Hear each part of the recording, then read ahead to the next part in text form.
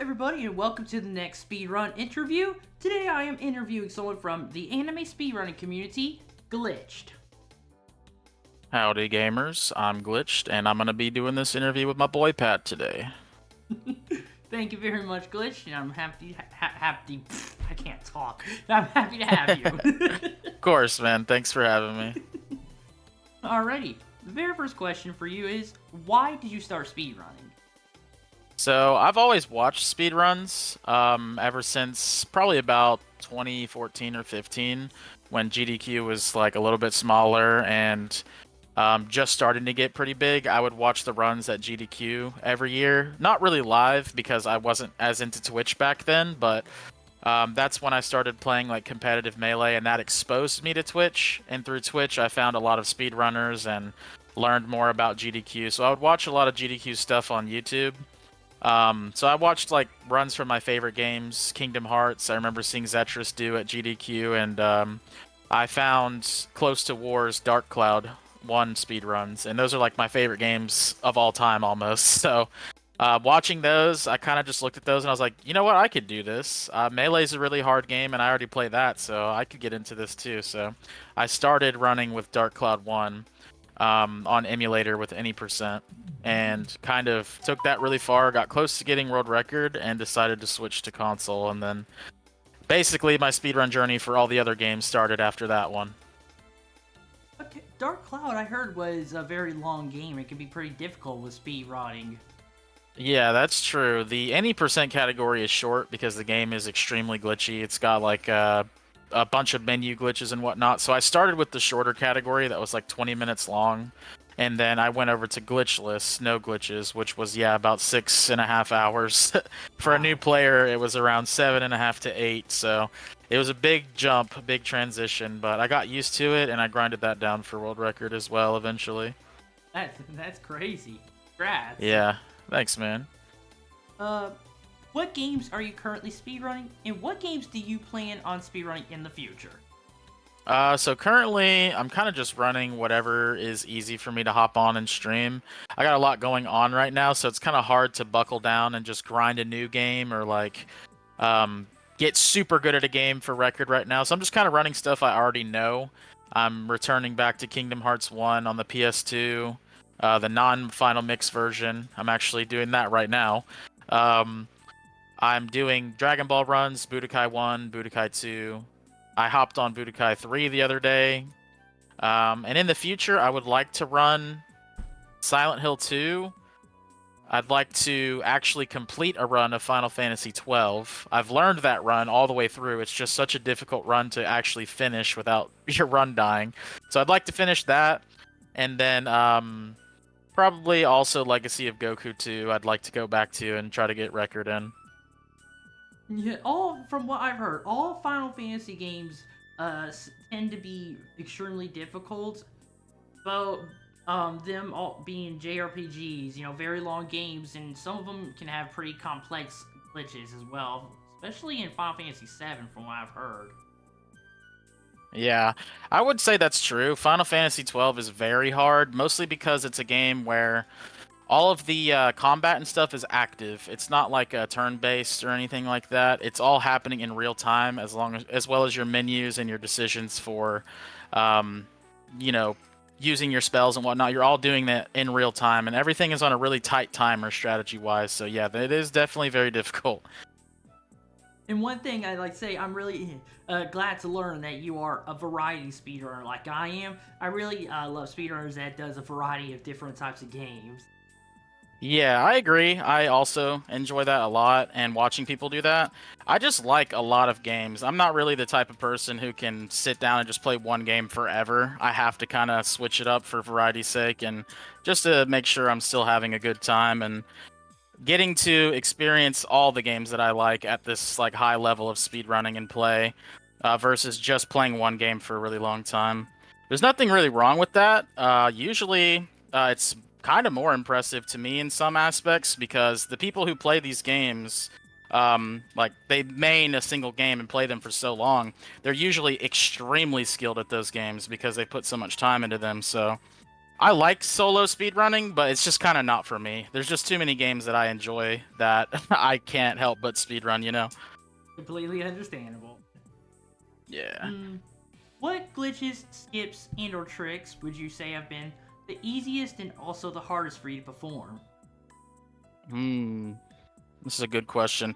I would say probably the easiest skips are the ones in Legacy of Goku 1. Probably because usually they just involve using your flight points very specifically. Like the way flight works in that game is that for each little pixel you travel, it kind of counts towards this timer or this meter. And once you've traveled a certain amount of pixels or space, then it depletes a point of your flight. Once your flight goes to zero, then you can't fly anymore. But there's skips in that game where you can kind of manipulate your flight movement to save points. Like you kind of just tap forward or left or right, very small amounts, and it keeps your flight points, but it allows you to like fly over certain um, mountains or certain cliffs and things like that that really shouldn't be flown over. I would say that's probably the easiest thing that I've learned skip wise, and the hardest things that I've learned in terms of skips are probably um, in Silent Hill 3. There's a couple skips where you can climb onto an invisible ledge in a very particular way. You have to walk up to the ledge and then back up and climb very quickly, so that you climb on an invisible ledge.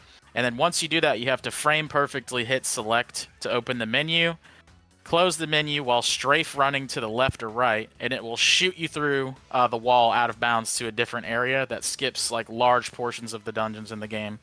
And since the menu opening is frame perfect with select, it's very easy to mess it up. Very easy to lose time. I think you lose 6 seconds every time you fail it. And for a trick that, you can only hit on like 1 out of 30 frames, it's very hard. So that's probably the hardest one. Is it a major run killer? Yeah, definitely. Because you have to. Silent Hill runs are all about perfect movement, basically. They're all about making sure that your movement is as tight and good as possible. You're not bumping into any walls, any enemies. You're not doing anything unnecessary. So, yeah, it's definitely a run killer to try to get to that skip, and you miss the select input like 3 times in a row. That's already 18 seconds, and those runs are so optimized you can't really afford that big of a time loss. Yeah, I've seen some Silent Hill speedruns, and some of those tricks do look kind of difficult. Yeah, definitely. Okay, what are some games that you were shocked to see others do speedruns of? Hmm, that's a good question as well.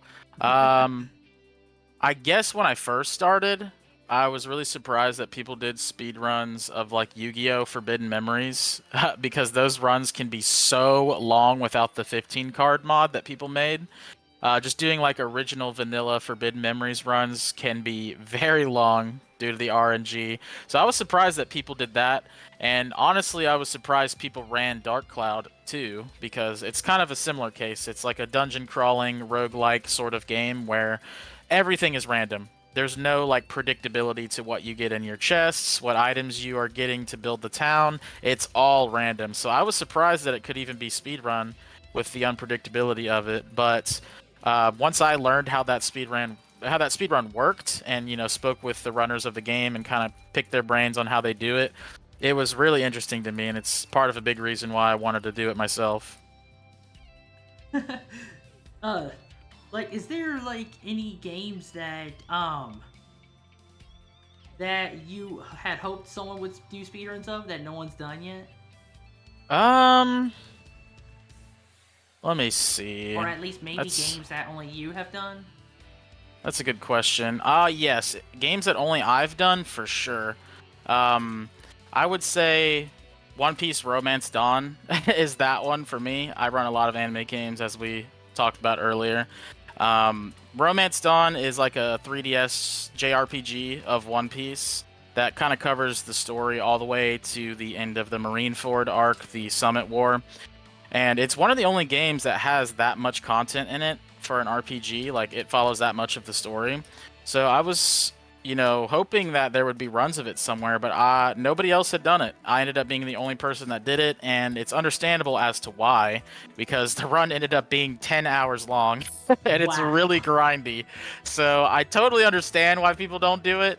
And I guess my other answer would actually be the PS2 version of Kingdom Hearts 1. My main thing about, being surprised that no one runs that is that version is the version that got almost all of us to love Kingdom Hearts. There's games like Final Fantasy X, where people still play it on the PS2, despite the fact that it has an HD remaster. They just love the original that much that they prefer to play the original. But I would have expected that to be the same for Kingdom Hearts 1, since it's such a classic, everybody has nostalgia for it, they got into it. But since it doesn't have skippable cutscenes, people just prefer to play the HD version, and almost nobody touches or speedruns the original anymore, which is very surprising to me. Yeah, it's kind of surprising as well, especially, like you said, that is the version that got most people interested in it. So, maybe it's because it's not very optimized or not as glitchy as the other versions, that's my guess. Yeah, I don't think so. Most of the glitches and whatnot are the same between the versions. It's just the balancing that's different. I would say that the PS2 version is balanced better than Final Mix, because in Final Mix they kind of went back and nerfed your characters a lot. They Oh. changed your damage, like how much damage you do. They removed a lot of strength up chests from the game and replaced them with like AP ups so that you have more ability points, which isn't as useful for a speed run. And yeah, just lots of little things like that. I really think what it is just that, people people usually don't speedrun the original ports of things on the original console. They usually kind of just run the easiest thing to pick up and get on. And Kingdom Hearts Final Mix is on PC now. It's on PS4, 5. It's just easier to get a hold of and start running. And it also has skippable cutscenes, so you save 3 hours of IRL time by running the HD version. So it makes sense to me. It's just, I would expect more people to want to pay homage to the original, What has been the longest speedrun you have ever done so far? Like, what game and what category? Okay, that's an easy one. So the longest speedrun that I've ever done so far was 13 hours and 1 minute, and it was Dragon Ball Z Budokai 1 True 100%. Whoa. And what True 100% is it is truly 100%. We have a category on the board that's Story Mode 100%, where we do all the chapters of Story Mode. But True 100% is doing every single thing in the game, collecting every single capsule 9 times each, which is a long endeavor. So we have to do all the story mode chapters, then we have to at least complete all of the difficulties of World Tournament 1 time each, so Novice, Adept, and Advance. And we have to also complete the Legend of Hercule side game mode as well, 1 difficulty each, Novice, Adept, and Advance. Then once we've done all that, we've done all the main story content of the game. Then all that's left to do is to collect all of the capsules. So the capsules in Budokai are basically like your abilities, your equipment, things like that. You can get like Kamehameha to equip to your character, or Super Saiyan, or Sensu Beans. Like, the capsules are basically your abilities and equipment. So you have to collect 9 of every capsule, because that's the maximum amount of the capsules that you can carry. And the only way to get capsules outside of story mode is to buy them. And the only way to get money is to win the world tournament. So the advanced world tournament gives you about, I think it's 50,000 points every win, or 50,000 money every single win. And you need a total of like, I think 7 million money to get all of the items. Wow. So I think we end up doing about, I don't know, I think 140 World Tournament wins. We have to win Advanced World Tournament 140 times, and that is 5 fights each. So 5 fights in World Tournament wins you 50k. We do it 140 times. So that's like the main bulk of the run. Also, buying the capsules themselves is very slow because you can't buy them in bulk. You can't just be like, oh, I'm going to enter the store and buy 9 capsules. Nah, you have to buy Yeah. them one at a time. Every single capsule, one at a time. So that's really the bulk of the time, but that is definitely the longest run I've done.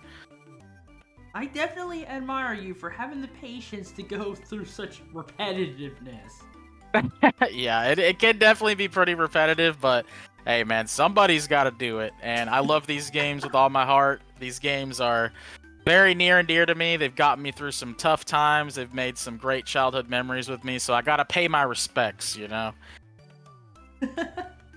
um, what has been not necessarily the longest, but the most difficult speedrun related challenge you've done for yourself?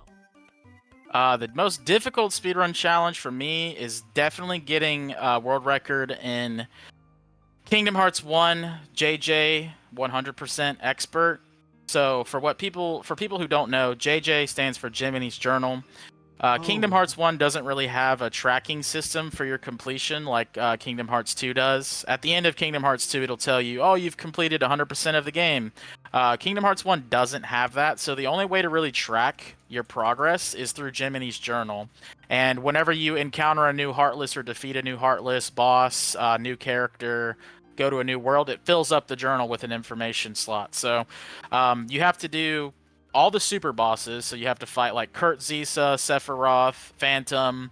You have to do all of the cups for the world tournament, or not the world tournament, for the Olympus Coliseum. You have to do all the cups like Pegasus Cup, Hercules, Hades, all that stuff. yeah. So basically, it's kind of like doing every bit of content in the game. It's just like a 100% run. Doing that on expert difficulty for Kingdom Hearts 1 is absolutely insane because pretty much throughout the entire game you die in 2 hits to everything. Wow. So it's very dangerous and very difficult. So I remember getting that record was probably the most powerful thing I had done in that game up to that point. I would have gotten it by about 20 minutes, but the last fight at the end of the run is Sephiroth. And Oh, keep yeah. this in mind. Put this in perspective.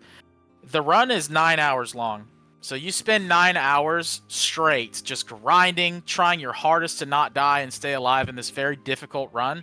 And then you're so exhausted, so tired, you just want to go to sleep, but you have to fight Sephiroth, the hardest boss in the game. So I was ahead by 20 minutes. I was going to get the world record by 20 minutes. I fought Sephiroth and I got him to 1 HP on my first try and died. And then died 3 more times and lost all of my time and barely clutched world record by like 30 seconds.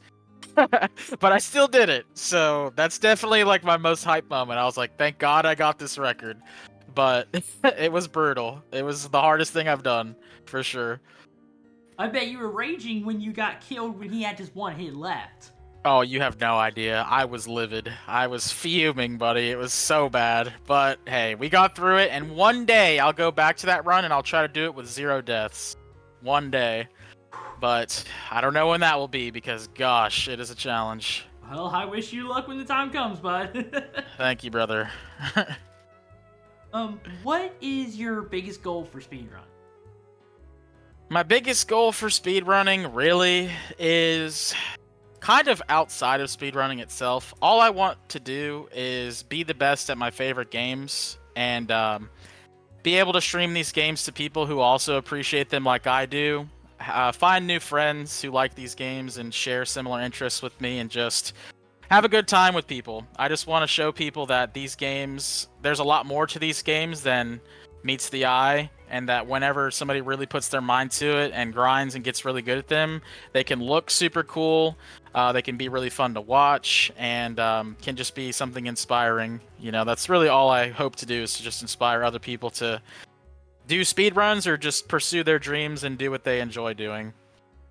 Does it make you feel good when you do a run of a game and someone says that that you've inspired them to try it out themselves? Oh yeah, absolutely. And I try my best to try to, inspire people in that way. Every time I get world record in a game, I usually stop playing it for a little bit and spend all of my time on making resources for new players. So I'll go out of my way to like write entire guides for the game, make tutorial videos, all sorts of things like that. That just makes it easier for the next person to get into the games than it was for me. Because a lot of the time when I start running these games, there's not really any resources. I kind of have to talk with other runners myself and be like, hey man, how do you do this? Or can you explain this to me? So it's just a lot easier for people to be inspired and to think, hey, I can do this if they have resources like tutorials and things to work with. So I try my best to do that for them. Yeah, it's definitely a great feeling when you get someone to speedrun a game that you're doing. I like our friend Chubby Gamer, Mm-hmm. who you guys know from my channel as Bust the Boy Speedruns. Yep. Um, he is like, I feel like he's one of the few people in my community, in terms of my YouTube community, that I've inspired a lot.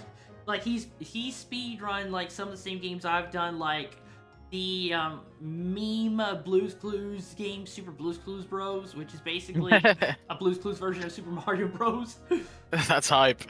He's Yeah. done. I also apparently inspired him to do some Dora the Explorer Flash games, and even inspired him to blindfold a couple of them. Oh, nice. The blindfolding. That's awesome, dude. Yeah. It always feels nice to get other people in on speedrunning your favorite games or just games that you like to run because speedrunning is more fun to me as a community effort. I would say the community aspect of speedrunning is part of the reason why I enjoy doing it so much. I just really like finding other people who enjoy these games as much as I do and are willing to put a lot of effort and practice and brain power into finding fast strategies or ways to make these games more optimal and more fun to play. So, yeah, I definitely agree that it's better when you have more people playing games that you like. Especially when you guys can work together to push the game far beyond its limits. Exactly, and that's the best part. I've definitely had a great community with the Backyard Against Flash game Super Spy Adventure and getting it down low. Awesome, yeah. Yeah, I've seen like how many PBs you've gotten for that game, so I can definitely see that you guys have kind of pushed the game far. Yeah, my first PB was a 1554. Now I've got it down to an 1149, which is pretty Yeah. shocking how broken that game is because it is one of those super linear games where you're pushing forward the whole time, unless you're going to like directions to go onto different paths. Yeah, and it's crazy how even games that seem linear like that, you can still shave like 4 minutes off of, like Hell just with yeah. studying and practice and whatnot. It's really cool. All right, that's the questions I can think of for this interview. Thank you so much, Glitch, for being a part of this series. Absolutely, man, and thanks for inviting me. I really appreciate the opportunity. No problem. And if any of you guys would like to check out Glitched and his speedruns, I'll leave a link to his Twitch and also YouTube in the description down below. Alright, thank you so much everybody for watching this interview. Let me know in the comment section if you guys want me to interview anyone specific. Thanks again for watching, I'll see y'all next time. Goodbye everybody. Take care, everybody.